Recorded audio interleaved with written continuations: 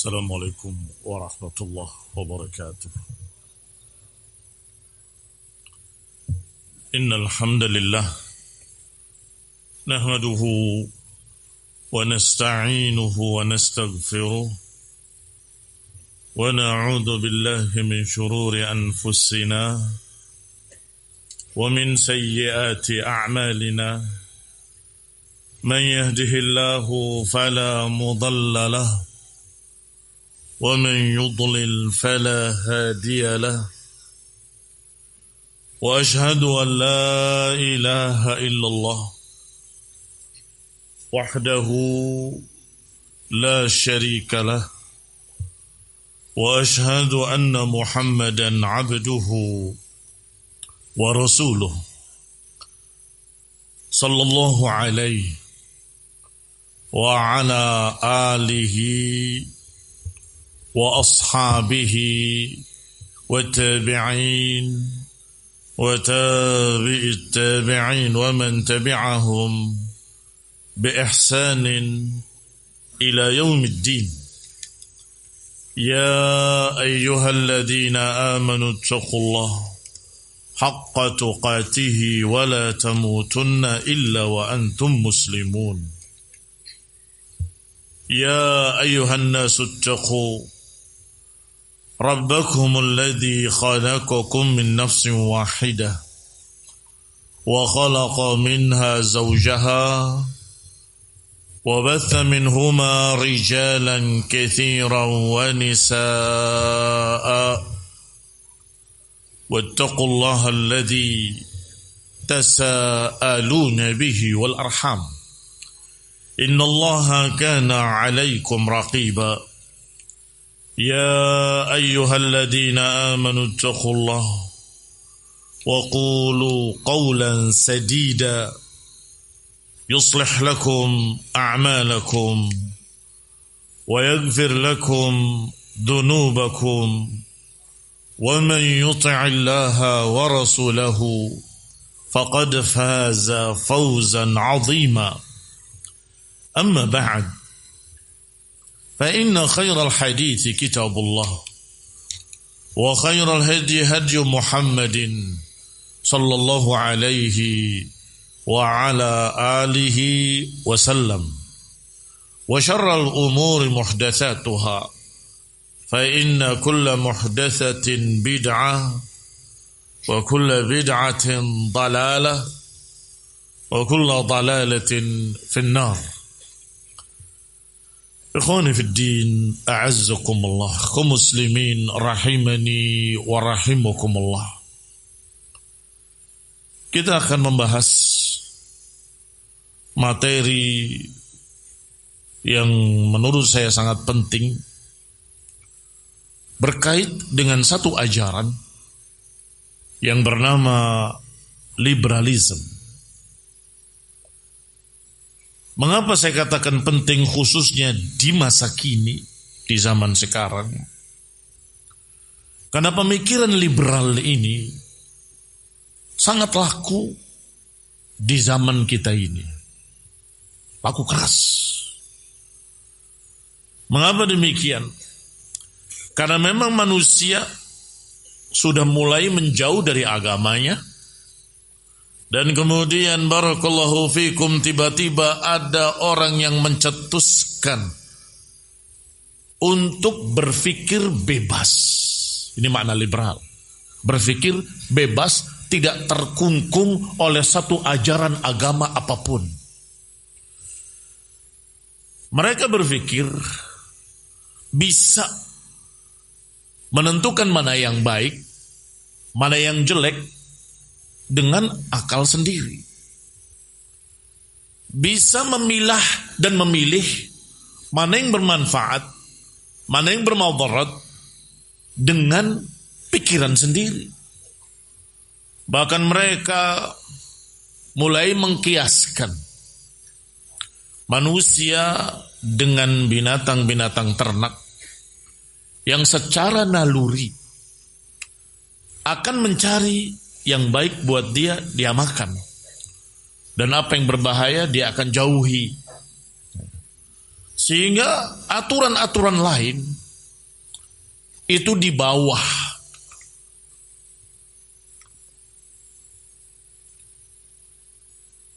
Di bawah pemikiran itu. Pernah ada kisah. Syekh Albani kedatangan tamu.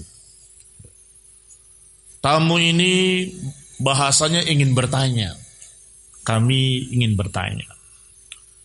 Padahal orang-orang ini sesungguhnya ingin menyampaikan sebuah argumen. Judul rekamannya waktu itu adalah Afrah Mu'tazilah. Piyik Mu'tazilah. Afrah itu anak ayam masih kecil. Itu disebut farah. Bibit-bibit Mu'tazilah. Mengapa? Karena orang-orang ini ternyata bukan mau tanya, tapi mau mempertanyakan.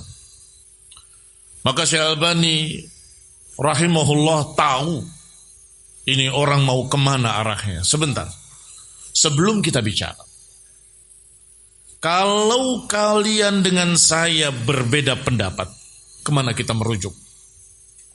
Kalau rujukannya sama, kita bisa bicara. Kalau rujukannya tidak sama, kita nggak bisa bicara. Taib, kata mereka, tentukan saja rujukannya. Kalau kita berbeda pendapat, kita merujuk pada Quran wa Sunnah, kata Syekh Al-Albani.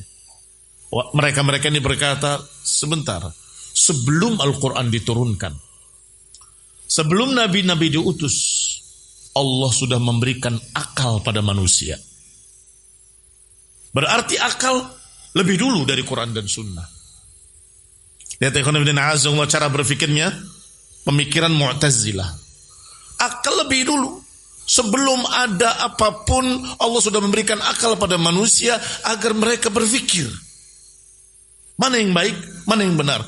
Bahkan kebenaran Al-Quran, setelah sampai pada mereka, diketahui oleh akal. Karena mereka sudah punya akal. Hadis-hadis dan kerasulan Nabi Muhammad SAW juga terbukti benar oleh akal. Berarti akal lebih dulu.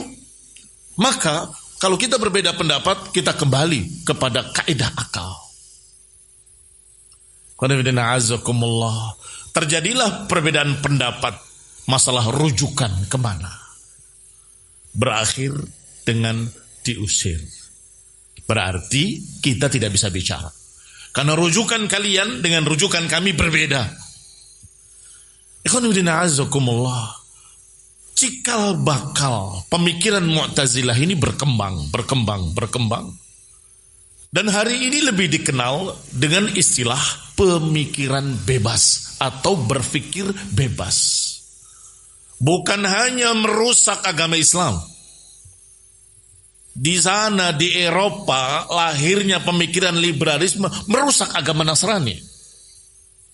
Merusak agama mereka. Bertikai dengan pendeta-pendetanya. Maka dikisahkan sejarah munculnya pemikiran liberal menyebabkan gereja kosong. Kata mereka tidak perlu ajaran seperti ini. Kita harus berpemikiran liberal, berpemikiran bebas.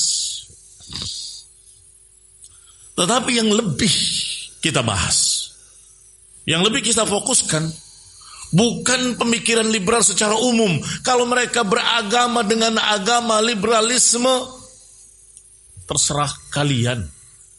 Faman syaa falyu'min, faman syaa falyakfur. Iya kan? Mau masuk Islam silakan, mau beragama dengan agama liberal silakan. Tetapi yang menjadi masalah adalah tukang fitnah yang menamakan dirinya Islam liberal. Dicampur. Di atas namakan Islam. Jadi Islam, tapi maunya Islam yang liberal. Bagaimana itu? Agama oplosan. Dicampur antara agama Islam dengan agama liberal atau pemikiran Islam dengan pemikiran liberal. Walaupun Islam gak bisa dikatakan pemikiran, karena sumbernya dari Allah Subhanahu wa taala, sebagaimana ucapan Imam di dalam kitabnya Syarhus Sunnah, Imam Al-Barbahari menyatakan bahwa inna hadzal din, sesungguhnya agama ini minallah. Ilmunya dari Allah Subhanahu wa taala. Allah tidak meletakkan ilmu agama ini fi uqulir rijal.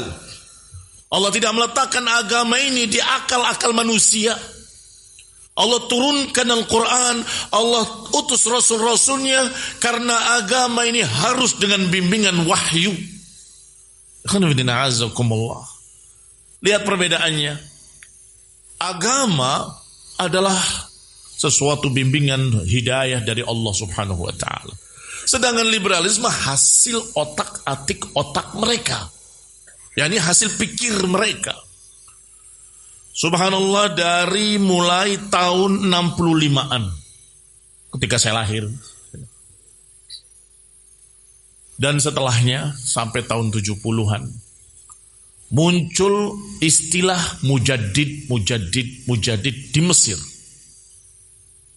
Ada Toha Hussein, ada Qasim Amin, ada Jurji Zaidan, ada siapa lagi? Dianggap pemikir-pemikir Islam. Shaltut. Sampai mungkin yang paling kalian kenal Muhammad Abduh dan muridnya Rashid Ridha. Semua dijuluki dengan mujaddid. Apa yang dimaksud mujaddid? Bukan berarti dikaitkan dengan hadis tentang setiap 100 tahun akan lahir seorang mujaddid. Bukan itu. Tajdid yang mereka maksud adalah pembaharuan Islam. Hati-hati. Jangan salah paham. Tajdid yang mereka maksud adalah modernisasi agama. Kemudian pengaruhnya sampai ke Indonesia. Muncul kitab yang ditulis rekayasa agama. Rekayasa. Muncul rekayasa hukum waris. Muncul kitab membumikan Islam. Apa maknanya membumikan Islam? Islam direkayasa supaya cocok dengan bumi Indonesia. Dan muncul lagi istilah-istilah lain yang semuanya ingin menggambarkan bahwa Islam itu liberal dan liberal itu bisa dilabeli Islam. Padahal jauh berbeda. Tidak sama. Satu saja pokoknya yang tadi sudah kita bahas, yaitu mereka menganut takdimul aqli ala naqli. Mereka menganut takdimul aql, mendahulukan akal di atas nakal, di atas nukilan. Sedangkan Islam sudah sangat jelas mengajarkan bahwa kita dengan hati dan akal kita harus tunduk pada apa kata Allah, apa kata Rasul alaihi salatu wassalam. Itu saja sudah sangat berbeda jauh. Ikhwan ibn a'azzakumullah. Kata Ali bin Abi Thalib radhiyallahu ta'ala anhu, "Lau kana ad-din bir-ra'yi, la kana asfal al-khuffi aula bil mashi min a'lah." Kata sahabat Ali bin Abi Thalib radhiyallahu ta'ala anhu, kalau saja agama ini dengan akal, maka niscaya di bawahnya khuf lebih pantas untuk dibersihkan daripada atasnya. Tahu kalian mashu alal khufain? Pelajaran mengusap sepatu ketika berwudu. Kan atasnya yang diusap. Dan para sahabat, sami'na wa ata'na, kami dengar, kami taat. Para sahabat.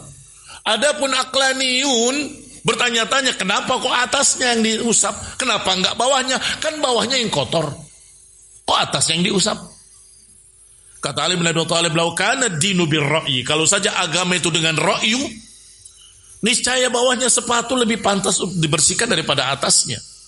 Tetapi agama ini dengan ittiba', dengan mentaati apa kata Allah, apa kata Rasul sallallahu alaihi wa ala alihi wasallam. Yang kedua, ucapan Umar bin Khattab radhiyallahu taala anhu yang mengatakan bahwasanya ashabur ra'yi a'da'us sunan. Para pengikut ra'yu yang memakai ra'yunya sendiri, pikirannya sendiri, mereka adalah musuh-musuh sunnah. A'yathumul ahadith an yahfazuha wa tafallatat minhum. Kata beliau radhiyallahu ta'ala anhu, mereka tidak mampu menghafal hadis sehingga luput dari mereka Faqalu birra'yi, akhirnya berkata dengan ra'yu. Fadallu wa adallu, akhirnya sesat dan menyesatkan.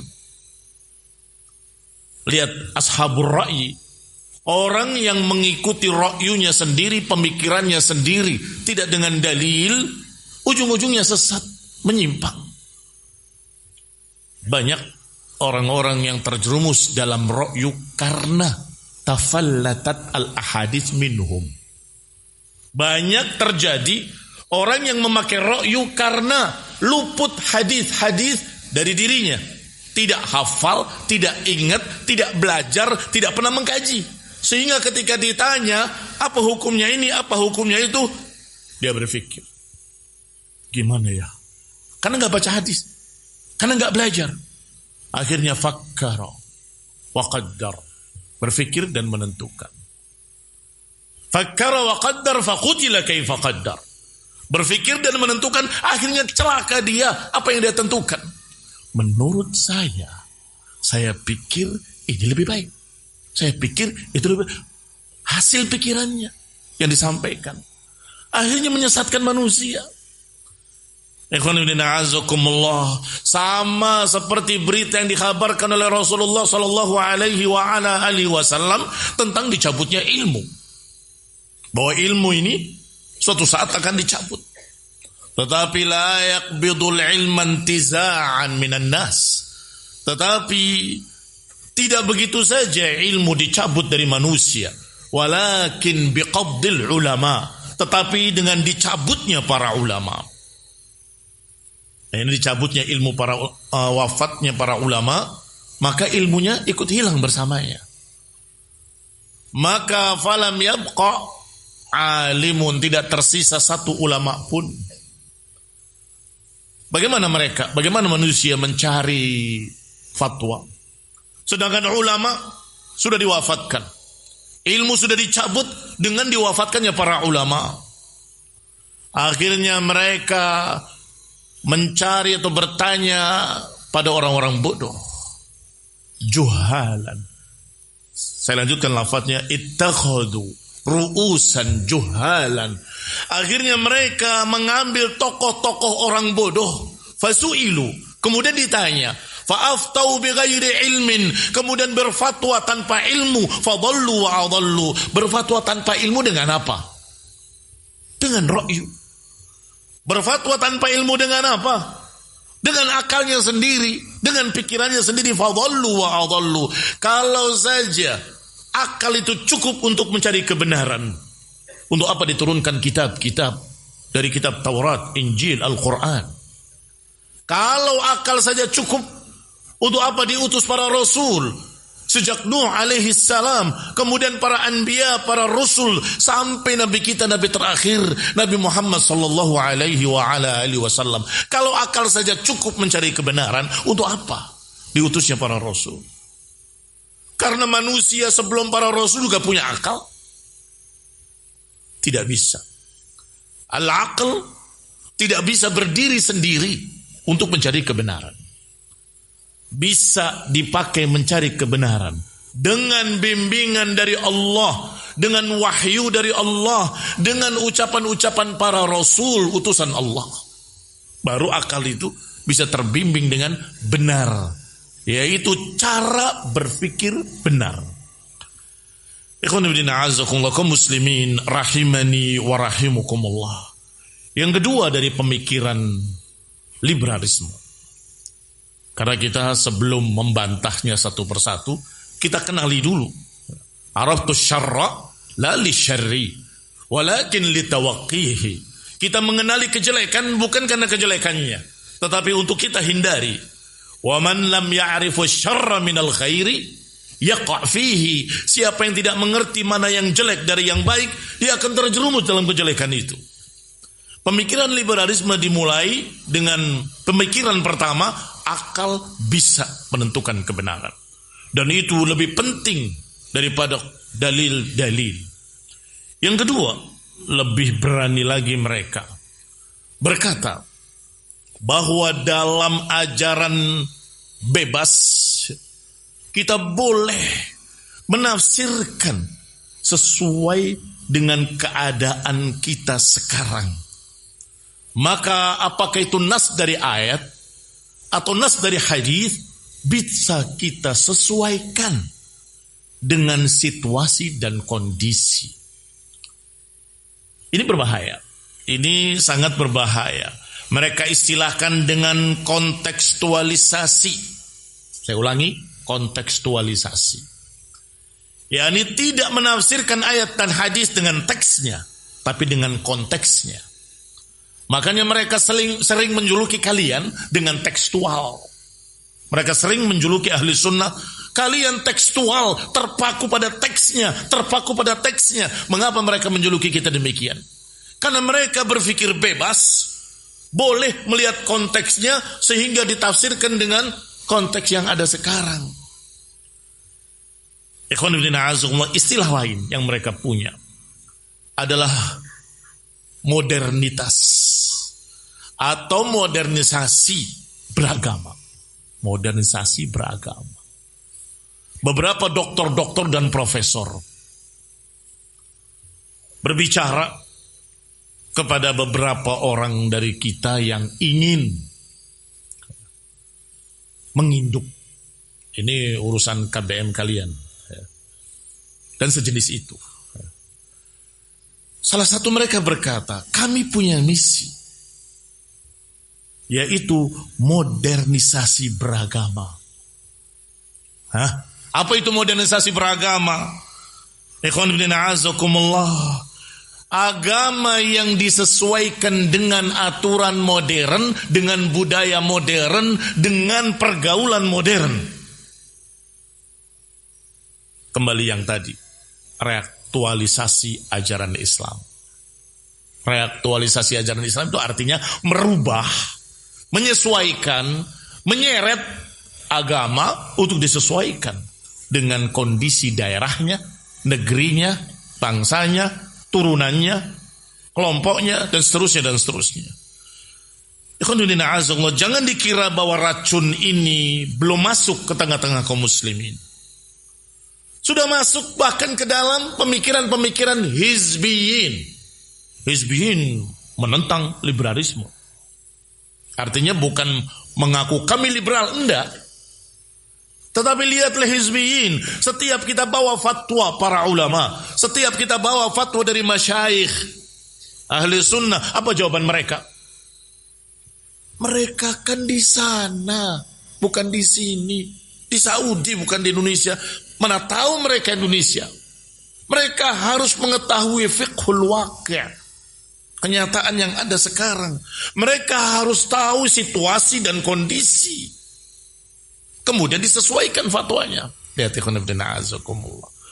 Padahal barakallahu fikum khamr, dari sedak turunnya wahyu mengharamkan khamr sampai zaman para sahabat, para tabi'in, para tabi'it tabi'in di Bani Umayyah, Bani Abbasiyah, sampai hari ini ya tetap haram. Apakah berubah? Tidak. Demikian pula barakallahu fikum hukum-hukum agama dari A sampai Z sudah baku, tidak akan berubah sampai hari kiamat. Jangan dikira yang mengatur agama ini tidak tahu akan ada negeri yang bernama Indonesia atau Amerika. Jangan dikira Allah tidak tahu bahwa nanti di masa tahun 2000 sekian, nanti tahun 3000, masyarakat akan begini, akan begitu. Mereka akan terlibat dengan berbagai macam internet dan seterusnya. Nanti manusia tidak lagi berkomunikasi dengan mulut, tetapi dengan apa yang sudah ditancapkan di kepalanya dari perangkat-perangkat kecil. Jangan dikira Allah tidak tahu. Dan Allah gariskan ajaran agama yang sempurna ini akan sesuai sepanjang masa dulu ataupun masa sekarang. Masa di zaman mereka naik unta, sampai naik kendaraan bermotor, sampai naik perkara-perkara yang lebih modern lagi nanti, tetap terpakai secara sempurna, tetap cocok. Ini kehebatan agama Islam. Jangan agamanya yang dirubah, disesuaikan dengan zaman. Tetapi adab, akhlak, sikap itu yang disesuaikan dengan ajaran Islam sepanjang masa.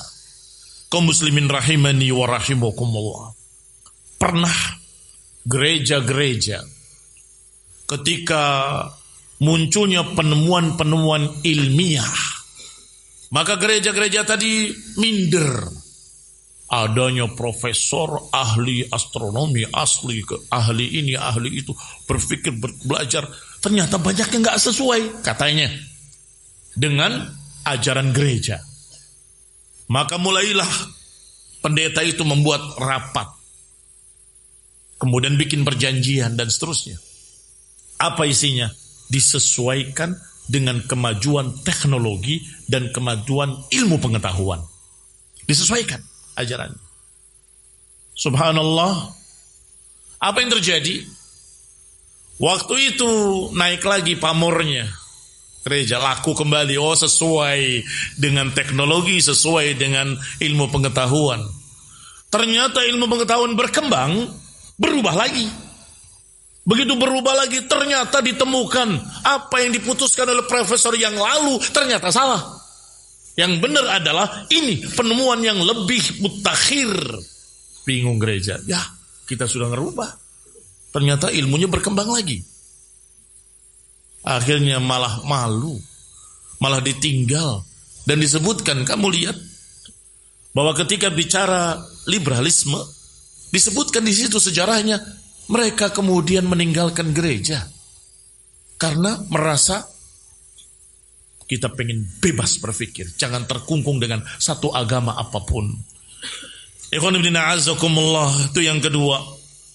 Berarti mereka akan menafsirkan agama sesuai dengan apa yang mereka mau. Disesuaikan dengan teknologi, disesuaikan dengan ilmu pengetahuan, disesuaikan dengan berbagai macam perkara yang menurut mereka baru. Ini yang dikatakan dengan tajdid menurut mereka. Pembaharuan atau reaktualisasi ajaran Islam. Yang ketiga, ini lebih mengerikan lagi. Inna lillahi wa inna ilaihi raji'un. Mereka ingin mengajarkan inklusivisme. Kalian selalu dituduh apa? Eksklusif. Iya kan? Tuduhan itu maknanya kami tidak eksklusif, kami inklusif. Tidak hanya terkungkung pada kelompok tertentu saja, tapi terbuka pada semua keadaan atau semua golongan, semua agama. Apa perkembangannya? Na'udzubillah min dzalik. Perkembangannya adalah bahwasanya kebenaran itu jangan dimonopoli. Dikira kebenaran hanya pada Islam saja, belum tentu.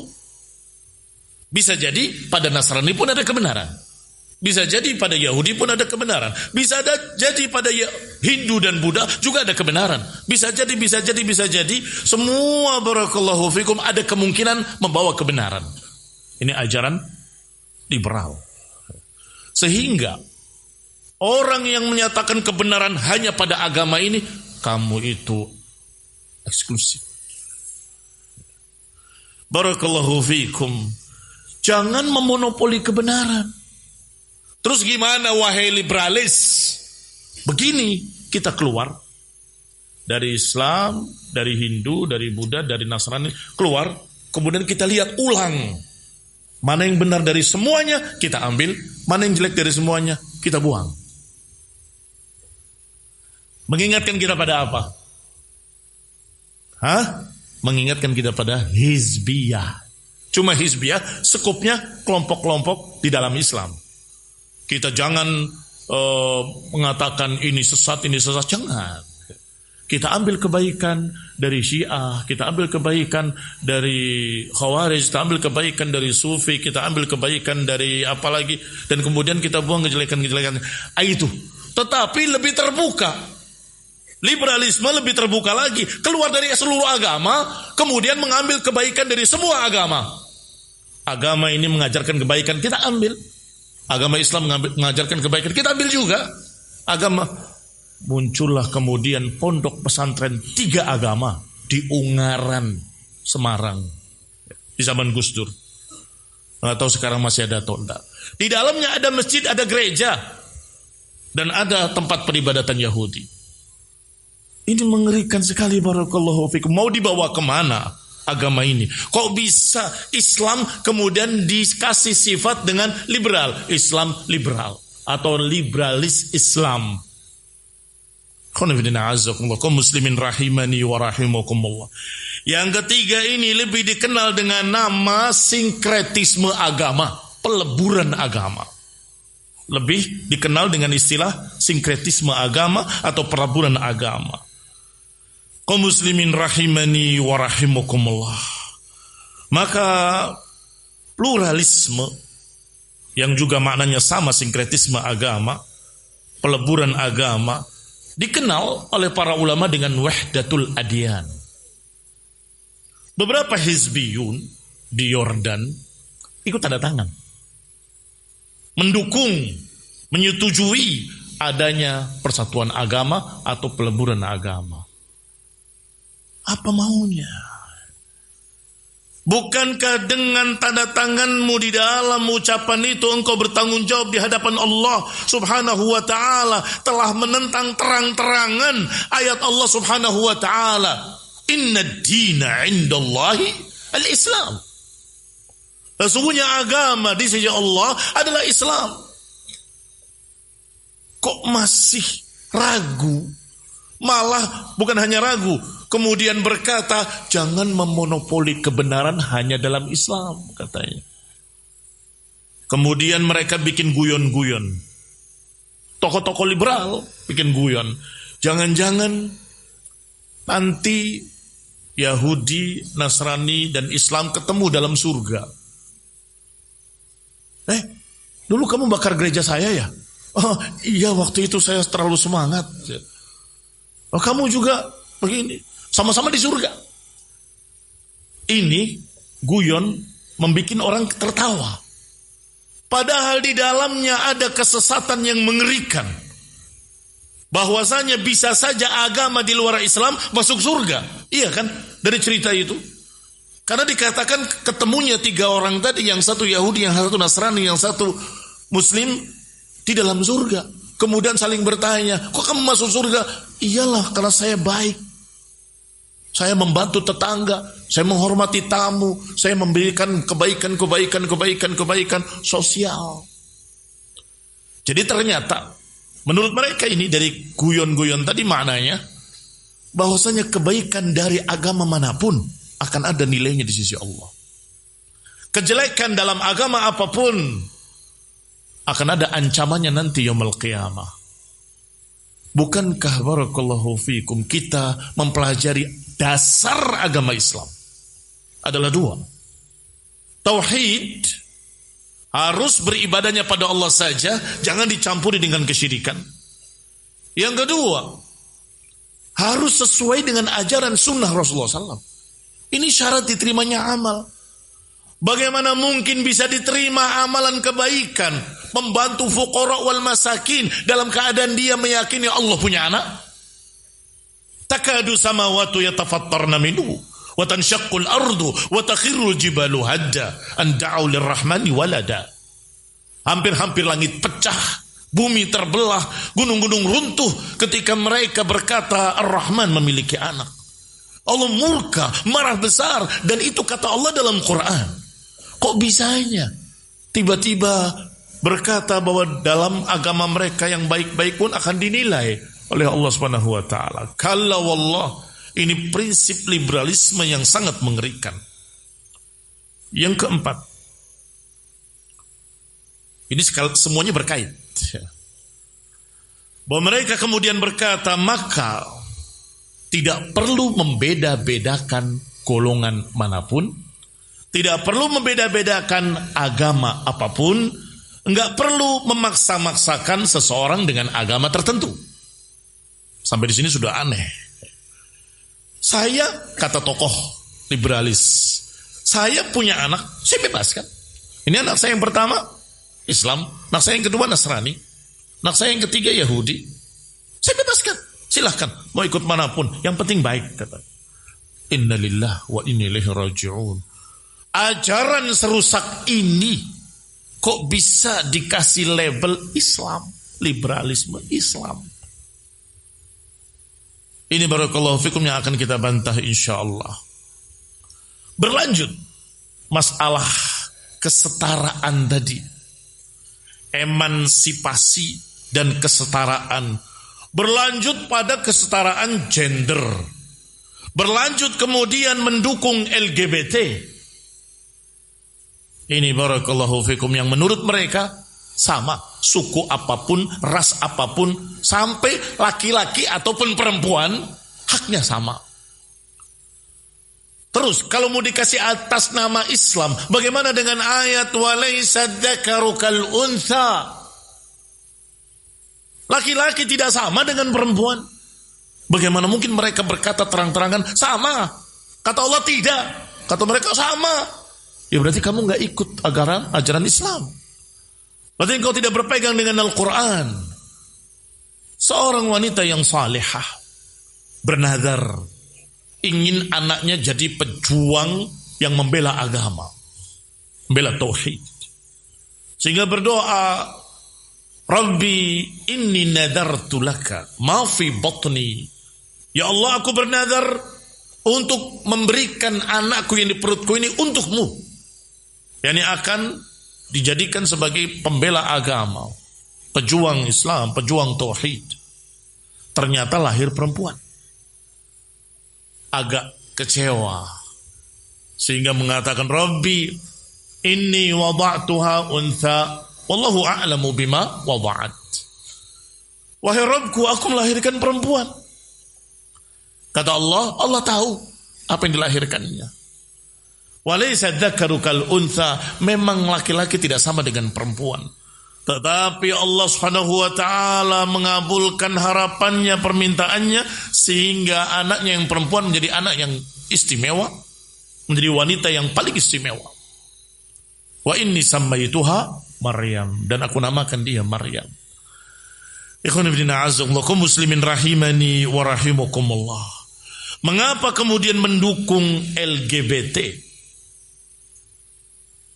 Karena mereka menganggap bebas seseorang untuk memilih apa yang dia mau, yang penting tidak merugikan orang lain. Kalau jeli, perhatikan yang keempat tadi atau yang sebelumnya, tentang kebaikan dari agama manapun akan diterima, kejelekan dari agama manapun akan ditolak, akan diancam dengan azab. Pertanyaannya, kalau gitu yang namanya kebaikan dan kejelekan apa sih? Kalau kebaikan itu tauhid, kan nggak mungkin selain Islam ada tauhid, iya kan? Berarti apa yang dimaksud kebaikan? Bagi mereka, kebaikan adalah kebaikan pada manusia, kejelekan juga kezaliman pada manusia. Itu saja yang dinilai oleh mereka. Berarti yang mengajarkan akhlak yang baik, perangai yang baik, membantu manusia, membantu orang yang lemah dan seterusnya, itu kebaikan. Adapun sebaliknya, itu kejelekan. Kemudian mereka mulai membahas dari agama manapun, bahwa ternyata mereka pun mengajarkan sama. Nasrani mengajarkan untuk jujur, untuk membantu orang yang lemah, mengajarkan untuk bersikap baik pada tetangga. Ada. Demikian pula di agama lain ada. Lihat, sama kan katanya. Ikhwan fillah a'azzakumullah. Akhirnya muncullah pemikiran mereka yang bebas tadi. Mereka berkata, maka biarkanlah manusia berbuat apapun yang mereka mau, kamu jangan ikut campur. Jangan usil. Kamu silakan mau berbuat apa, yang penting tidak merugikan orang lain. Jadi menurut mereka yang jahat, yang jelek itu kalau memperkosa, karena mendolimi orang lain. Tetapi kalau suka sama suka, nggak ada yang dirugikan.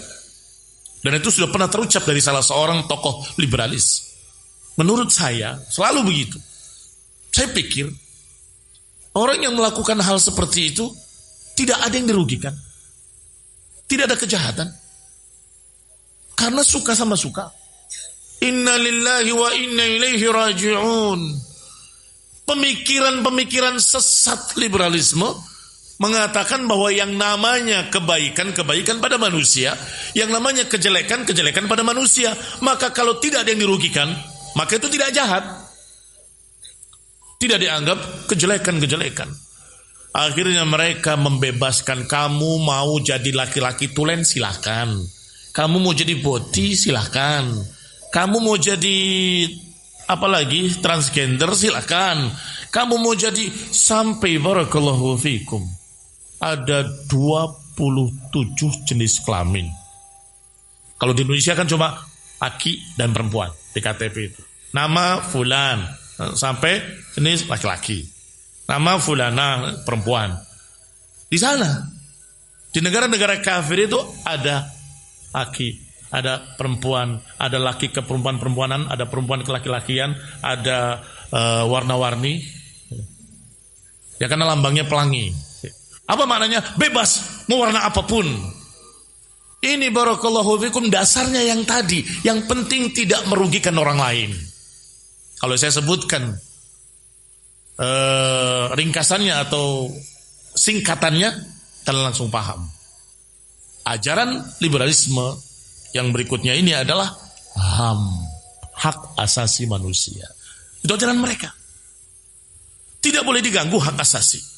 Setiap orang punya hak asasi dan silakan mau berbuat apapun, yang penting tidak merugikan orang lain. Ini ajaran mereka. Sehingga mau beragama dengan agama apapun, mau menyembah apapun, menyembah batu, menyembah pohon, yang penting jangan merugikan orang lain. Ini barakallahu fikum sangat-sangat mengerikan. Yang kemudian di dalam bahasa Arab diistilahkan hukukul insaniyah. Hukuk al-insaniyah. Kaum muslimin rahimani wa rahimakumullah. Ajaran mereka ini barakallahu fikum adalah ajaran kuno. Sehingga mereka terlalu bodoh kalau berkata bahwa itu adalah modernisasi agama. Sangat bodoh kalau mengatakan bahwa ini tajdid, modernisasi ajaran Islam, atau ini adalah pembaharuan dan seterusnya. Dia tidak baca sejarah, atau bahkan mungkin tidak tahu sama sekali sejarah Islam. Karena sepertinya yang terbawa dengan pemikiran-pemikiran tersebut adalah orang-orang yang benar-benar nol terhadap agama. Ittakhadhu ru'usan juhalan. Mereka mengambil tokoh-tokoh orang bodoh sebagai panutannya, fa'aftau bighairi ilmin. Kemudian berfatwa tanpa ilmu. Yani dengan ra'yu, bukankah. Karena seenaknya menafsirkan. Mereka boleh menafsirkan dengan terbuka atau dengan bebas. Mahram misalnya. Kata tokoh mereka lagi di negeri kalian. Mahram itu yang menjamin, yang menjaga, yang menjadikan sebagai dhamin katanya. Bos. Jadi kalau perempuan jalan harus ada mahramnya, bapaknya yang akan ngebosi dia, menjaga dia dan seterusnya. Sekarang itu cukup dengan kartu ATM katanya. Kartu ATM mahram. Ya karena memang ajaran awalnya berpikir bebas dan harus disesuaikan dengan zaman. Zaman sekarang bahaya apa? Naik kereta aman, di terminal aman, turun juga aman. Yang penting ada duit. Sehingga yang perlu adalah kartu ATM. Nah ini mahram. Jadi wanita tidak boleh keluar rumah kecuali dengan dimahramin minha, kecuali dengan kartu ATM atau dengan uang elektronik yang dia punya. Innalillahi wa inna ilaihi raji'un. Dan jangan kaget, akan ada yang lebih aneh lagi, lebih aneh lagi. Karena dasarnya sudah salah. Sehingga tidak perlu dibantah rinciannya. Tidak perlu dibantah masalah mahram itu bukan itu, tapi ini kelamaan. Yang dibantah cara berpikir bebasnya tadi yang dibantah. Kita terangkan pada mereka kaum muslimin bahwasanya yang namanya ucapan harus dipahami sesuai dengan keinginan yang mengucapkan. Ini kaidah, walaupun barakallahu fikum akli artinya logika, mereka pasti akan bisa menerima. Kalau kamu ngomong, bolehkah orang menafsirkan dengan tafsir yang bukan kamu mau? Pasti jawabannya apa? Ya nggak boleh dong. Saya ngomong, ya maunya saya. Baik. Lah sekarang ketika Allah menurunkan wahyunya, Rasulullah SAW mengucapkan dalam hadis-hadisnya satu ucapan. Bolehkah kamu tafsirkan tidak sesuai dengan kemauan yang mengucapkan? Kamu tafsirkan tidak sesuai dengan Allah yang mengatakannya. Kamu tafsirkan ucapan Nabi tidak sesuai dengan apa yang dimaukan oleh Nabi. Boleh. Cukup dengan itu saja. Mereka berarti tidak rasionalis. Padahal ajarannya disebut rasionalisme. Padahal ternyata hakikatnya tidak rasionalis. Maaf, saya tidak tega mengatakan dungu. Mengapa? Karena secara rasio, secara akal, yang namanya ucapan tergantung keinginan yang mengucapkan. Itu dalam bahasa Arab dia katakan al-lafdu ala niyatil lafid. Lafad itu sesuai dengan apa yang dimaukan oleh yang melafadkan. Saya bilang pada kalian, pakai saja motor saya. Cari keliling, nggak ada motornya. Lalu saya bilang motor. Di daerah saya motor itu mobil. Gimana? Mau tafsiran dia atau tafsiran orang lain yang mendengar? Ya tafsiran dia dong. Oh dia yang ngomong, saya yang mengatakan pakai motor saya. Dia tergantung yang mengucapkannya. Ikhwan fillah azakumullah. Maka mengapa ketika ucapan Allah kalian tafsirkan tidak sesuai dengan kemauan Allah? Mengapa engkau menafsirkan ucapan Rasulullah tidak sesuai dengan apa yang dimaukan oleh Rasulullah SAW? Apa yang dimaukan oleh Allah dan Rasulnya ada di dalam lafaz-lafaznya, di dalam ayat-ayat sebelumnya atau ayat-ayat sesudahnya, ada di dalam kalimatnya, ada di dalam fiilnya, perbuatannya dan seterusnya. Contoh aliran sesat ingkarus sunnah tidak mau salat, menafsirkan kata salat itu doa, cukup doa. Kamu mengatakan kalimat salat dalam Quran artinya doa, kalimat salat di dalam hadis artinya doa, maka diajarkan doa 5 waktu, begitu. Taib. Kalau kamu katakan iya, mana buktinya dari ucapan Allah yang menjelaskan itu? Nggak ada. Yang ada malah sebaliknya. Nabi mengajarkan sholat. Sallu kama ra'aitumuni usalli. Sholatlah sebagaimana kalian lihat aku sholat. Rasulullah SAW sholat di atas mimbar supaya kelihatan sama yang lain. Berarti yang namanya sholat seperti Nabi berdiri, kemudian ruku, kemudian sujud, dan seterusnya. Maka lafaz sholat ditafsirkan dengan apa yang diperbuat oleh Nabi. Sedangkan mereka tidak mau itu. Lafaz boleh diterjemahkan secara bebas. Saya pernah mengajar halqa kecil, tidak banyak, di masjid umum, sehingga separuh lebih orang awam, mungkin 20 orang saja, di perumahan elit. Saya sampaikan prinsip dasar agama, Quran, Sunnah, pemahaman salaf. Tiba-tiba ada yang tanya, saya dibisiki, itu profesor, doktor dari sini. Oh iya, silakan. Menurut saya, bahwa Quran dan Sunnah itu tidak perlu dipahami dengan pemahaman salaf. Kita terima Quran dan Sunnahnya, kita terjemahkan dengan apapun yang sesuai dengan zaman kita. Ternyata bisa tertebak.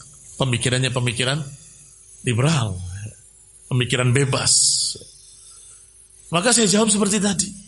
Kalau Bapak ngomong, saya tafsirkan dengan apa yang saya mau, boleh nggak? Diam dia nggak bisa jawab.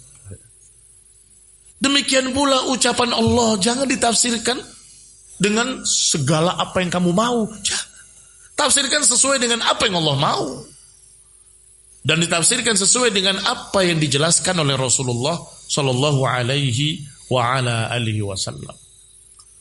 Bukti kalau ajaran mereka ini kuno, sejak awal Rasulullah SAW berdakwah, kemudian beliau menyampaikan, aku diisrokan tadi malam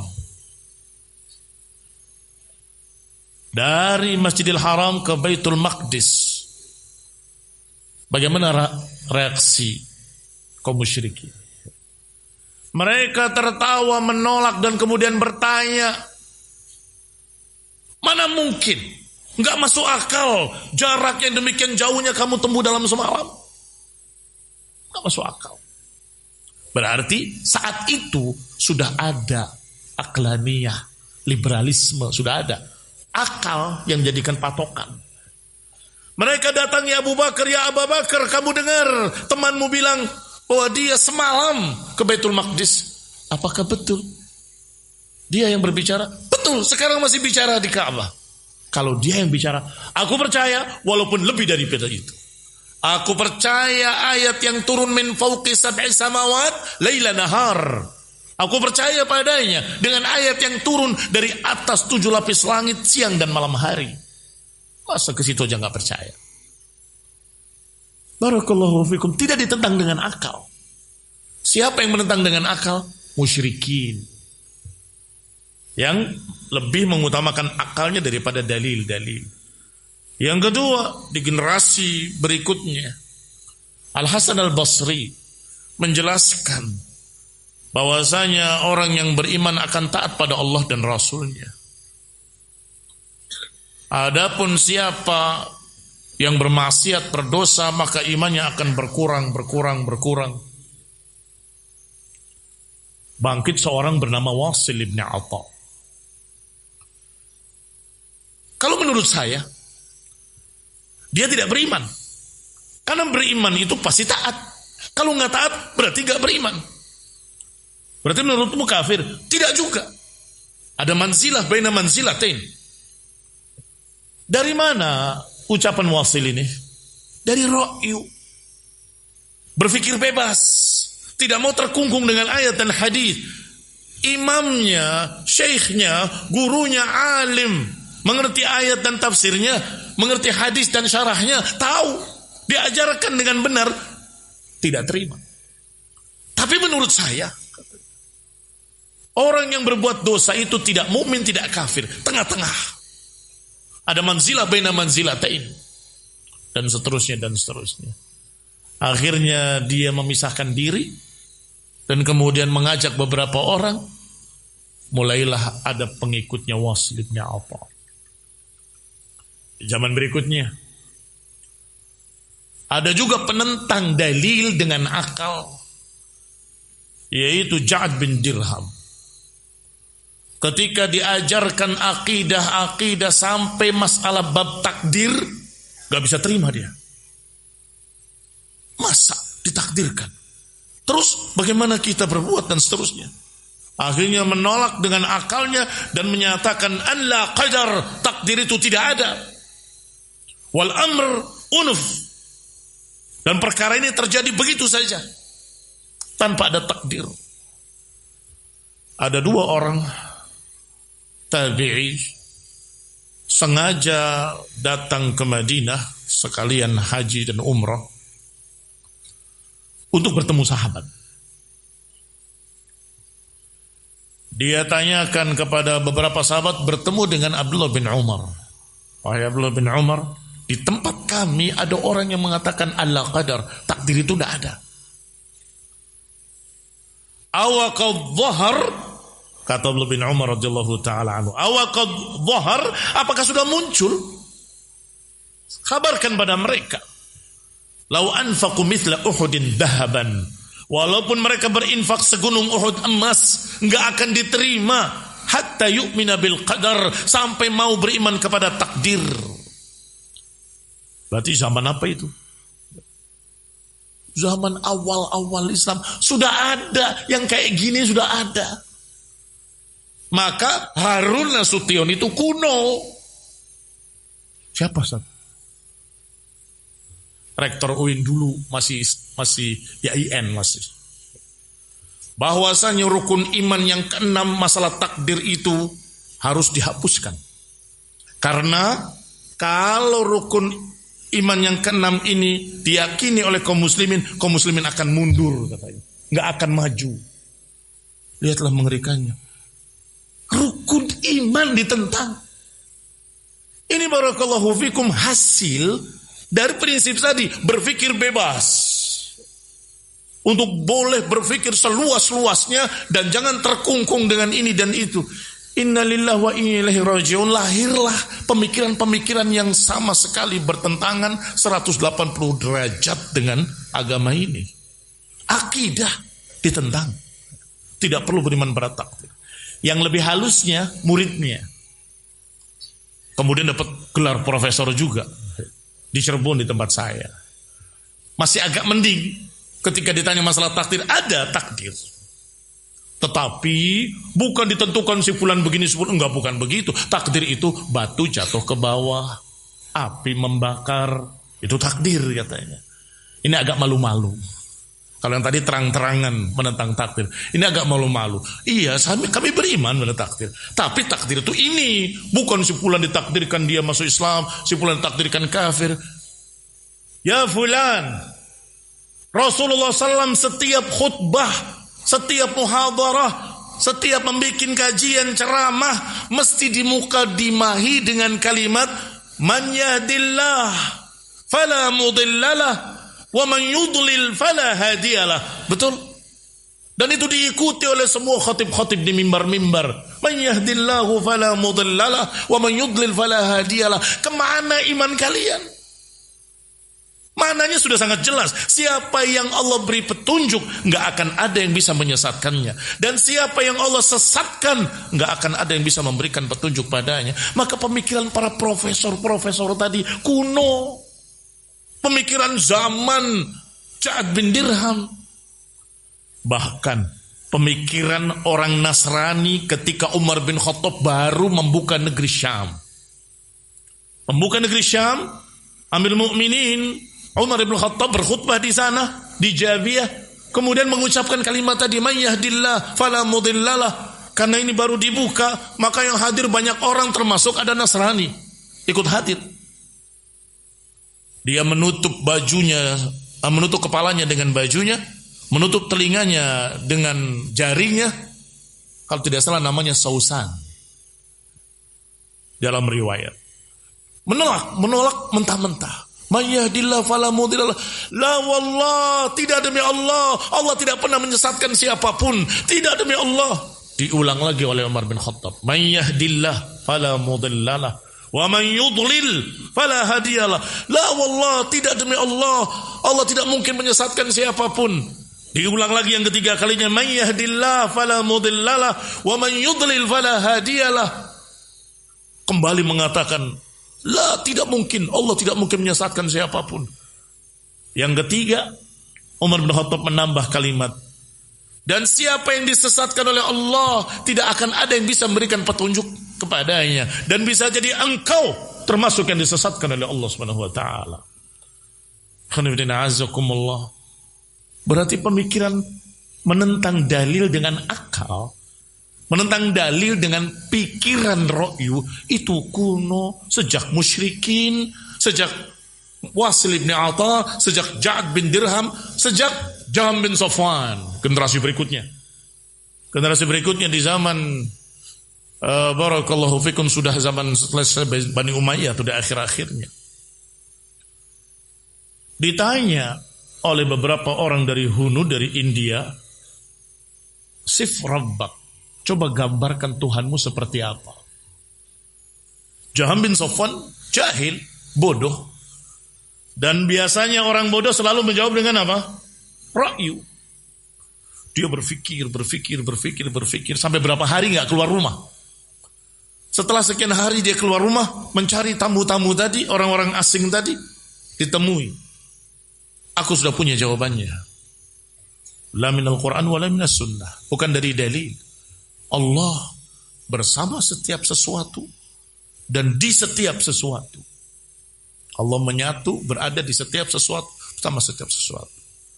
Dari mana itu? Hasil berpikir bebas. Jangan bodoh. Berpikir bebas itu adalah berpikir tidak mau tunduk pada Quran wa sunnah. Yang artinya dia menentang Allah dan Rasulnya. Yang artinya bukan ajaran Islam. Maka jangan digandeng kalimat Islam dengan kalimat liberal. Islam liberal, liberalisme Islam. Tidak ada kaitannya sama sekali. Justru penentang-penentang agama dari zaman ke zaman adalah mereka ahlul ra'yu, yang selalu mengandalkan pikirannya, sombong dengan akalnya, merasa paling pandai, paling cerdas, paling pintar, dan seterusnya. Kaum muslimin rahimani wa rahimakumullah. Maka aliran tersebut mengkerucut menjadi satu aliran yang bernama Mu'tazilah. Mu'tazilah memiliki 5 prinsip dasar. Ya sama seperti liberalisme tadi. Sumbernya dari satu perkara. Taqdimul aql ala naql. Mendahulukan akal, royu di atas nukilan. Hasilnya yaitu pemikiran-pemikiran yang aneh dan nyeleneh. Kita akan bahas pemikiran Mu'tazilah pada pertemuan yang berikutnya biidznillah taala. Wallahu taala alam bissawab. Wa sallallahu ala Muhammadin wa ala alihi wa ashabihi wa sallama tasliman katsira. Subhanakallahumma bihamdik asyhadu an la ilaha illa anta astaghfiruka wa atubu ilaik. Wassalamu alaikum warahmatullahi wabarakatuh.